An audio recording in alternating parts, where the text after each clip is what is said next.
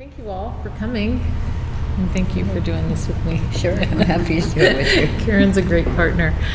So I come to this from a lot of different perspectives. I come to this as a person who has a strong affiliation with the Choctaw community in southern Oklahoma, and also with a strong relationship with the Penobscot community up in Maine.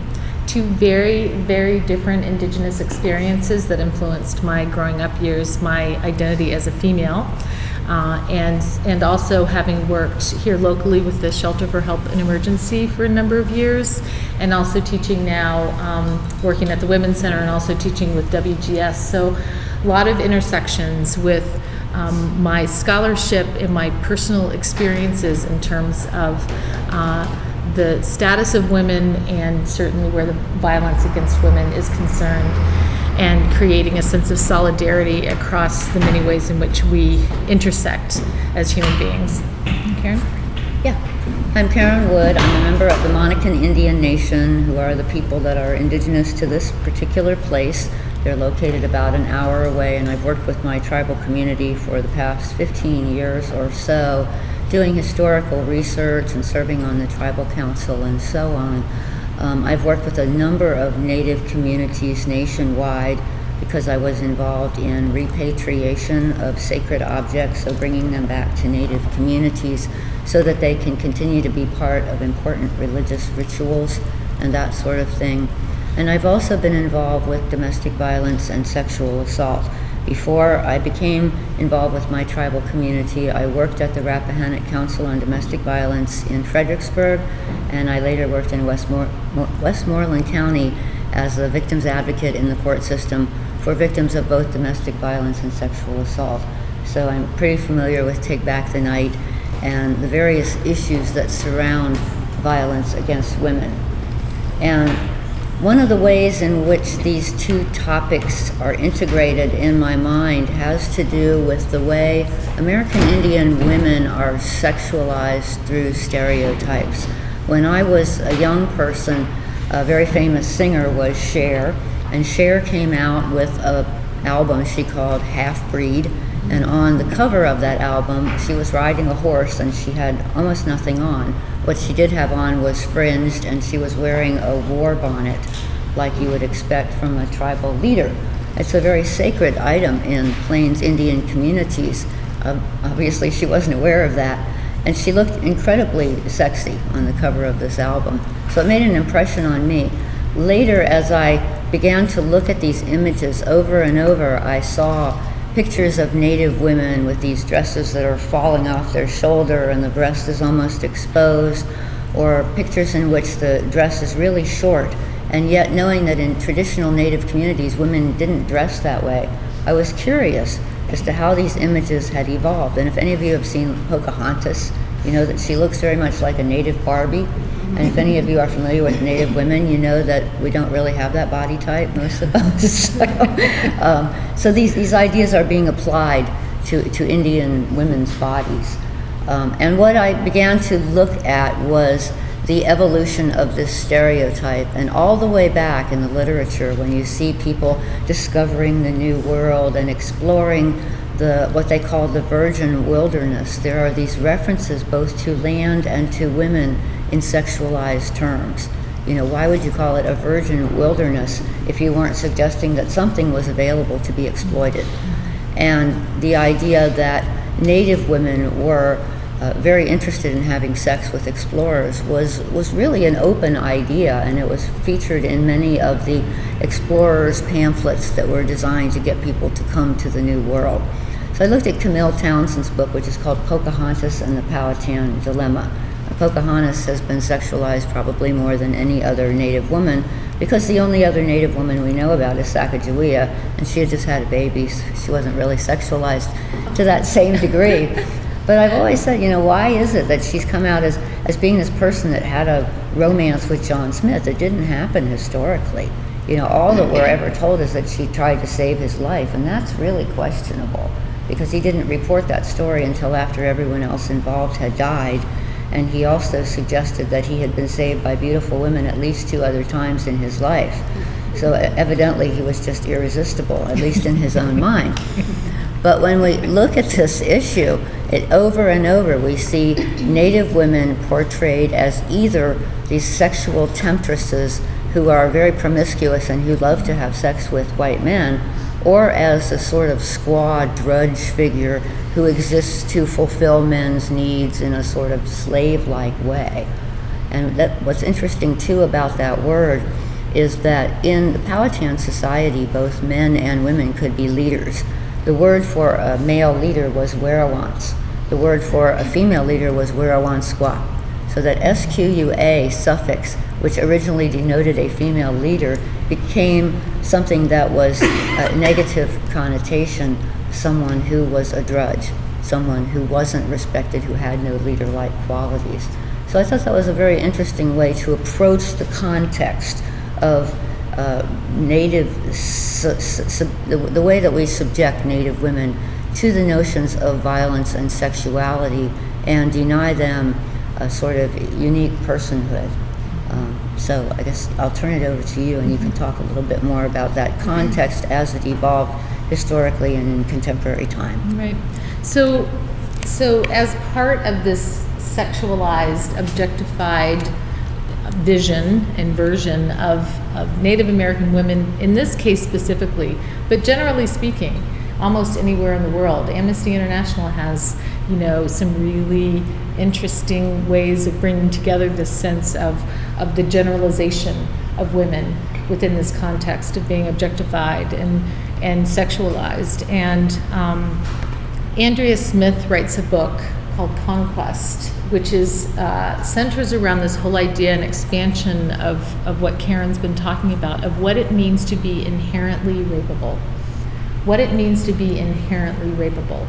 And so in addition to this notion that, in this case, Native American women are literally just, waiting on this virgin land as virgin beings for white men to come and sweep them away, is the way in which our legal and social structures have also created this sense of being rapeable, that the rules can change all the time, that jurisdictions matter more than the violence that is being perpetrated against women, that we have to question the ways in which people provide evidence of having been sexually assaulted, and how the oral tradition fits into that and the ways in which legal frameworks are understood. And so what we'd like to talk about today, or how we would like to contextualize this, is through Louise Erdrich's novel, The Roundhouse. Because the oral tradition is such an important part of Indigenous culture, so this weaves in narrative with the reality of sexual and domestic violence against Native American women in particular. And what Louise Erdrich does in this novel is she brings to voice what it means to be inherently rapeable, what it means to be invisible, what it means to not have a legal grounding based on your literally where a rape or a sexual assault takes place geographically. And so people get more caught up in who's responsible or not responsible for that in a legal sense, rather than addressing the overwhelming occurrence of violence against Native American women. So Karen is going to read a couple of passages from The Roundhouse, which if you read, has anyone read The Roundhouse here? Yeah, okay, great. Yes. So the great thing about Louise Erdrich telling this story is that it is grounded in actual events, not just in terms of the rate at which Native American women are raped and sexually assaulted, but also real life events that she sort of shifted the content of the story a little bit to portray what actually happens in real life in terms of power dynamics and legal complexities. And so she gives us a sense of what the lived experience is of Native American women who are subject to this ambiguous and highly consequential status. So would you like to? Yeah. And although she sets it in the 80s because she has to have a particular time frame for this, and that is the time frame during which some actual events took place, I wanted to take just a second to sort of speak to this concept globally, the whole notion that women of color have for quite a long time, centuries, been subjected to this sort of non-person status, and the idea that they were always inherently rapeable, whether they were enslaved, whether they were women living on reservations or whatever. Once the dominating culture began to put its imprint on that conquest experience, the Native women and other women of color ceased to exist as individuals. And while within their own cultures they might have had positions of very high respect and leadership in various aspects, that all went out the window. And what was imposed upon them was a patriarchal, Christian-oriented worldview that had very little in common with what they'd grown up with. So this is the story of Geraldine and her husband Basil and their son Joe, and in particular what happens to Geraldine during the course of the book. I know I can't find my page here. Okay.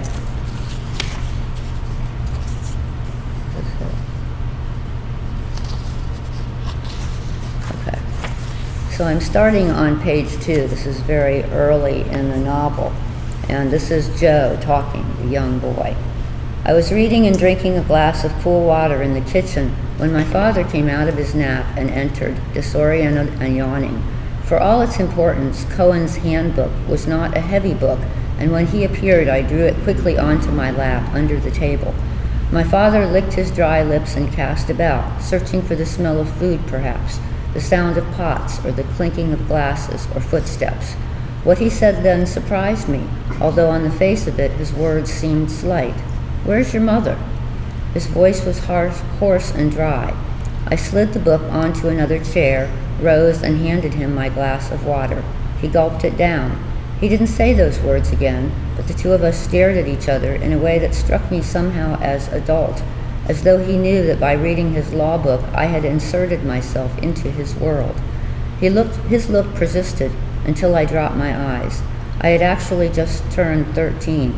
2 weeks ago, I'd been 12. "At work?" I said, to break his gaze. I had assumed that he knew where she was, that he'd gotten the information when he phoned. I knew she was not really at work. She had answered a telephone call and then told me that she was going into her office to pick up a folder or two. A tribal enrollment specialist, she was probably mulling over some petition she'd been handed. She was the head of a department of one. It was a Sunday, thus the hush. The Sunday afternoon suspension. Even if she'd gone to her sister Clemence's house to visit afterward, Mom would have returned by now to start dinner. We both knew that. Women don't realize how much store men set on the regularity of their habits.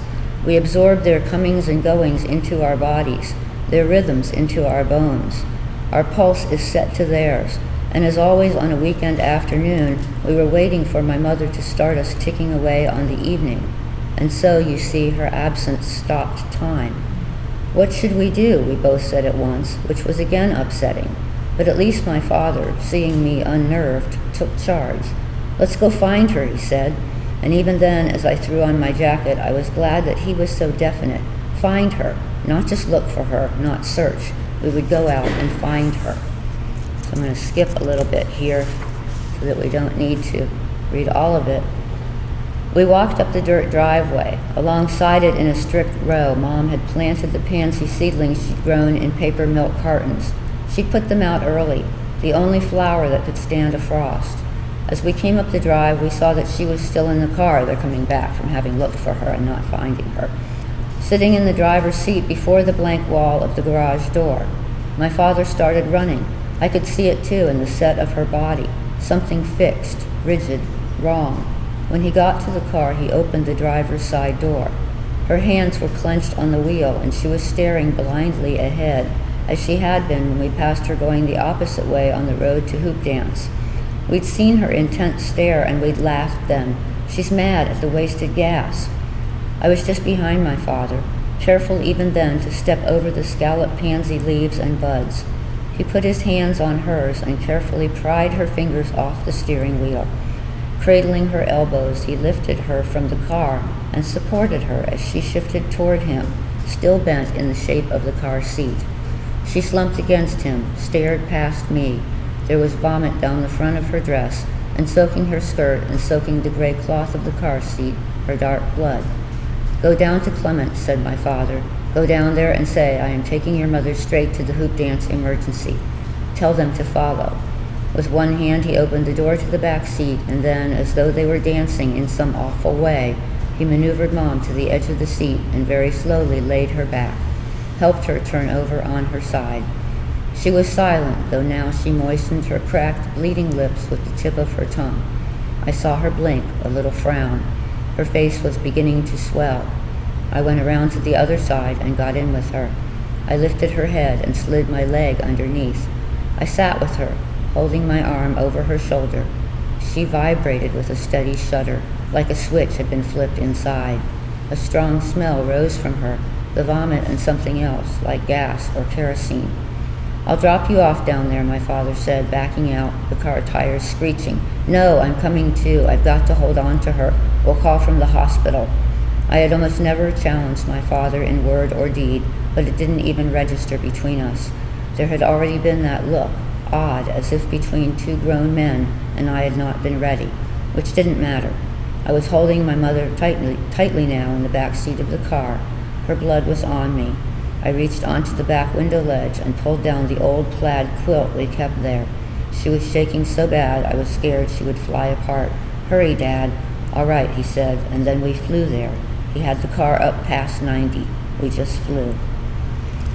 So there's another passage that we're going to read that's much, much later in the novel that really expresses the way in which the legal frameworks persist in making Native American women inherently rapeable, and what that says about voice, and what that says about agency, and what it says about how challenging it is on a very base level for us to humanize particular kinds of people. So one of the reasons we chose to start here is to humanize this Native American woman who could be any mother, any wife, any spouse, any person at all, because it happens, as we know, all the time, every day, at an alarming rate. And more so, what we know about the statistics with Native American women is that it happens at a much higher rate, and that the overwhelming majority of the perpetrators are non-Native males. And so to be able to generalize in terms of sexual and domestic violence against women writ large as a human rights concern, but then to be able to really address and recognize what is particular for Native American women. And the recent resistance to reauthorizing the Violence Against Women Act had to do with, as Karen pointed out, largely women of color. So the three big sticking points were whether or not tribal courts would have the authority to prosecute non-Native perpetrators, LGBT protections, and then also protections for undocumented immigrants in this country. So all marginalized populations of people in comparison to the mainstream. And for Native American women in particular, it is literally an issue of isolation to begin with, and where most Native American women live when they live within their tribal affiliations. And then how and when people are held accountable, and again, this sort of getting lost in the weeds of jurisdiction rather than addressing the actual violence and the rate of violence against women.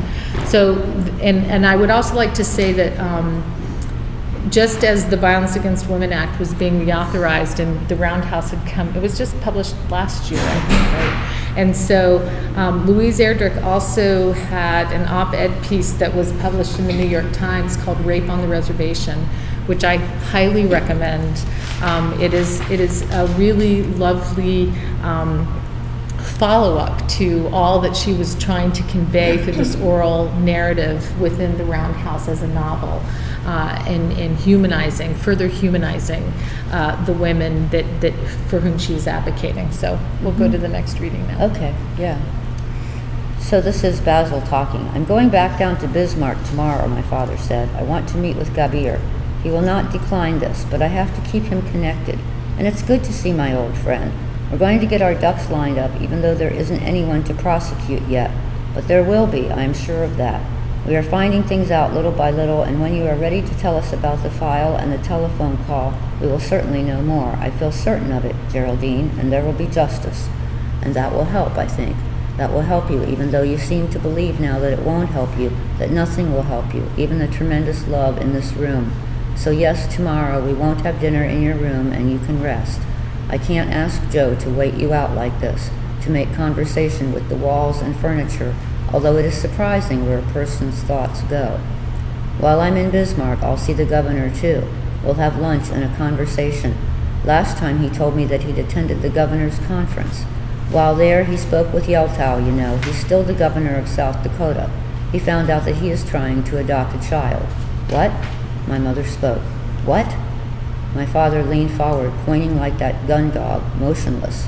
What? She spoke again. What child? An Indian child, my father said, trying to keep his voice normal. He rattled on.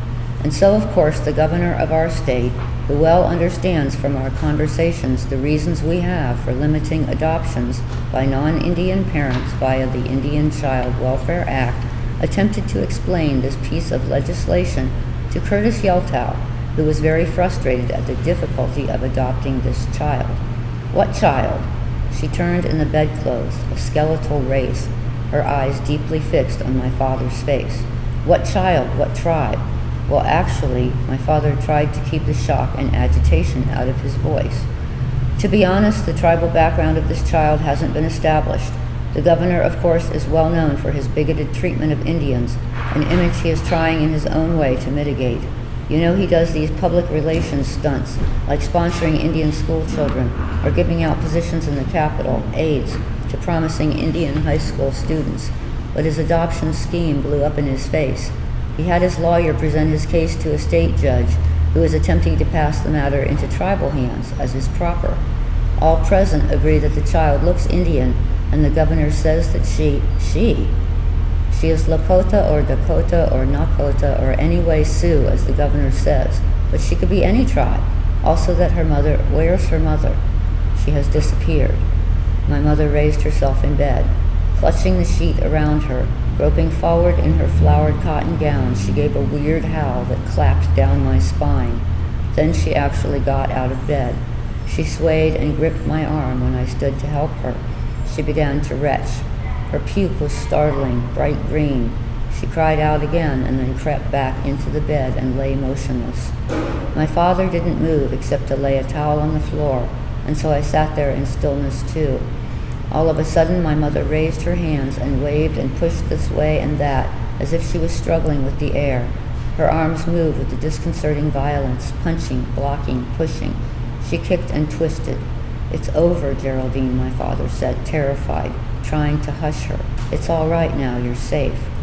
She slowed and then stopped. She turned to my father, staring out of the covers as out of a cave. Her eyes were black in her gray face. She spoke in a low, harsh voice that grew large between my ears. I was raped, Basil. My father did not move, did not take her hand or comfort her now in any way. He seemed frozen. There is no evidence of what he did.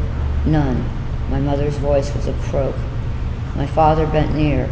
There is, though. We went straight to the hospital, and there is your own memory, and there are other things. We have... I remember everything. Tell me. My father did not look at me because his gaze was locked with my mother's gaze. I think if he'd let go, she would have collapsed forever into silence. I shrank back and tried to be invisible. I didn't want to be there, but I knew if I moved, I'd snap the pull between them. There was a call. It was Mela. I only knew her by her family. She's hardly ever been here, just a girl, so young. She'd begun the enrollment process for her father, for her child, the father. She'd listed him, my mother whispered. Do you remember his name? My mother's mouth dropped open, her eyes unfocused. Keep going, dear, keep going. What happened next? Mela asked to meet me at the Roundhouse. She had no car. She said her life depended on it, so I went there. My father drew a sharp breath. I drove into that weedy lot, parked the car. I started out. He tackled me as I was walking up the hill, took the keys. Then he pulled out a sack. He dragged it over my head so fast. It was a light, rosy material, loose, maybe a pillowcase. but it went down so far past my shoulders I couldn't see. He tied my hands behind me, tried to get me to tell him where the file was, and I said, "There's no file. I don't know what file he's talking about." He turned me around and marched me, held my shoulder. "Step over this, go that way," he said. He took me somewhere. "Where?" said my father. "Somewhere." "Can you say anything about where?" "Somewhere, that's where it happened. He kept the sack on me and he raped me. Somewhere." "Did you go uphill or downhill?" "I don't know, Basil." "Through the woods? Did leaves brush you?" "I don't know." "What about the ground? Gravel, brush? Was there a barbed wire fence?" My mother screamed in a hoarse voice until her lungs emptied and there was silence. "3 classes of land meet there," my father said. His voice pulled tight with fear. "Tribal trust, state, and fee. That's why I'm asking. Get the hell out of the courtroom. Get the damn hell out," my mother said. "I don't know." "All right," my father said. "All right, keep going." So do you want to talk about jurisdiction? Yeah. So the question there is three pieces of land come together there, right? So in terms of what how Karen and I started all of this in this historical context and this whole idea of how ownership is what ends up mattering more than what is actually taking place here. The ways in which legal frameworks may or may not be compatible with one another, and what that all means in terms of supporting rights under many circumstances. So, this idea of being inherently rapeable has everything to do with the power relationships that privilege and domination and conquest bring. And that's for all women. For all women, that is the case. And Erdrich goes on in the novel to really talk about what some people, or the only ways that some people have to really get justice in the world, and how then that also tends to then perpetuate the stereotypes that reinforce the ability for certain people to remain inherently rapeable, and the extent to which they're perceived as being people who can take care of themselves under these logical legal frameworks, when the legal frameworks themselves become so convoluted that they don't offer the protections that should be their inalienable rights. Is there anything else that you would like to add to that? Well, did we want to talk about statistics a little bit? Because we could say that. And according to the last survey by the United States Department of Justice, 1 in 3 American Indian women experience rape or attempted rape during their lifetime. And 1 in 6 children of either gender. But this is assuming that everybody who experiences rape or attempted rape reports it. And what we know is that it's rarely reported because there's shame associated with it, and second, because there's a pervasive belief that nothing's going to take place, nothing's going to be prosecuted, and less than 60% of the cases actually do get prosecuted. And so there's this helplessness that goes on in reservation communities and in many other communities as well, where women know that they are subject to whatever men want to do with them, with their bodies, and there's really nothing they can do about it. And in one situation, a man came in, he was doing research, and he was talking to a group of Native women. He said, "How many of you have experienced rape?" And they laughed. And he said, "Well, I don't understand what's funny." And she said, "The question should be, how many of us have not experienced rape?" Because they all had, and it was something they had in common. They knew it. They talked about it within their own community of women, but it wasn't something that they felt they were able to do anything about in the outside world or even within their own tribal community. So one of the things, has anyone seen, that was on last night, the Kind-Hearted Woman series on PBS? Have you heard about this? So this is all very timely, the publication of Louise Erdrich's book. Not that a lot of people haven't written about this in a lot of different ways and wonder what it's going to take for there to be enough of a movement to address, first of all, the isolation, in this case for Native American women, the isolation of where they live. Most reservations are very far away from what we would consider to be mainstream culture to begin with, and what we would assume would be the supports that come with those communities. I think that that's not entirely accurate. I think that there are lots of, as we started out with, there are lots of ways in which Native American people in general, indigenous people in general, are isolated for any number of reasons, and it doesn't have to do just with proximity to an urban area or community supports, but that's another flash seminar.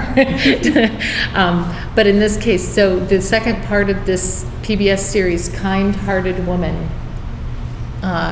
is PBS. It is on Frontline, and it actually follows the story of a woman who was sexually abused as a child on an Indian reservation in North Dakota, and how she is working to overcome the effects of persistent sexual abuse, and not just that happened to her, but within this context of the prevalence of sexual and domestic violence.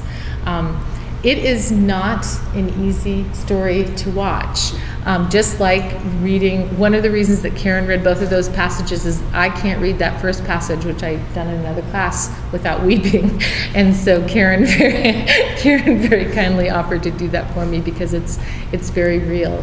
You know, it is a very real circumstance, and it is, I think, it is incumbent upon all of us, especially given the discourse that's centered around the Violence Against Women Act, and how challenging it was to convince lawmakers to humanize particular kinds of women, and in this case including Native American women, and that it really is these narratives themselves.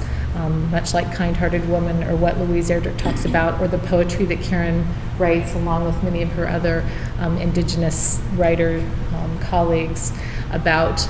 These are all stories. This is lived experience. This is not fiction, and it is a very real consequence in terms of the extent to which we are able and willing to humanize certain kinds of people, and our biases and our stereotypes are so deeply embedded that it's very hard, especially when, in some cases, like some of the characters in this novel, when they play into stereotypes that make us feel a little bit more comfortable about why we're not being more supportive of and more vocal about passing legislation like the Violence Against Women Act. Yeah.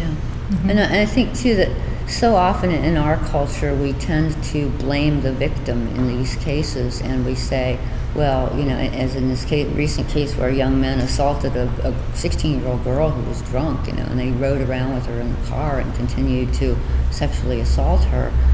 It was her fault. She asked for it. She wore this thing that, you know, was irresistible. And you go, really? You know? So there are many ways in which we make the victim responsible for what happens to her, and don't hold men accountable for their own behavior as perpetrators of sexual violence. And the other thing that I want to add, having studied this stuff, is that it really is about power and control. It's not about lust or some irresistible force that comes over a man. A rapist is a rapist, and he will continue probably to rape women if he has the opportunity to do that. There are reasons why a lot of people get into domestic violence work, and my own reason is very personal, that it is part of my lived experience, both domestic violence and sexual assault. And it takes a while to work through that and to finally understand there is a logic to it, and the logic is all about power and control. And otherwise, nothing makes any sense.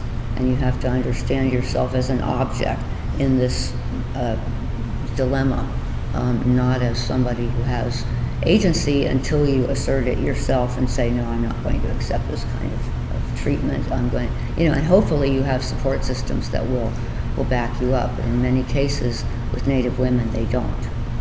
And so if anyone's ever heard of the Trail of Broken Treaties, that is one way in which Indigenous Native American women in particular are particularly vulnerable, because the legal frameworks are constantly shifting, and not by any participation on their part, right? So it's like if you had, this room was a series of strings like a web, which is why we called this Tangled Web, and each of those lines of string represented some sort of what we would consider to be legal agreement. If you looked at how over time the people who have positions of power just keep moving those strings, and literally the jurisdictional issues are that. It is a line that makes a decision about the extent to which and whether or not someone is going to be prosecuted for raping someone. It's just that simple. It's a line. And we can all do something about that. That's not something that we can't do anything about. Again, to go back to the Violence Against Women Act, there are many legislators who should be held accountable for their resistance to reauthorizing the Violence Against Women Act, because there really, from a human rights standpoint, there was absolutely no justification for that resistance. But it passed. It actually did passed. finally get reauthorized, and I do think that people did finally get on board with all of that. But that we in the 21st century are still having those arguments says a lot about how much further we have to go in order to understand what it means to have full protection under the law for everyone, and not to get, as I said, hung up in the weeds of jurisdiction, because that's just a scapegoat. It's just a scapegoat. So thank you all very much. Yeah, thanks a lot. Flash them. Yeah.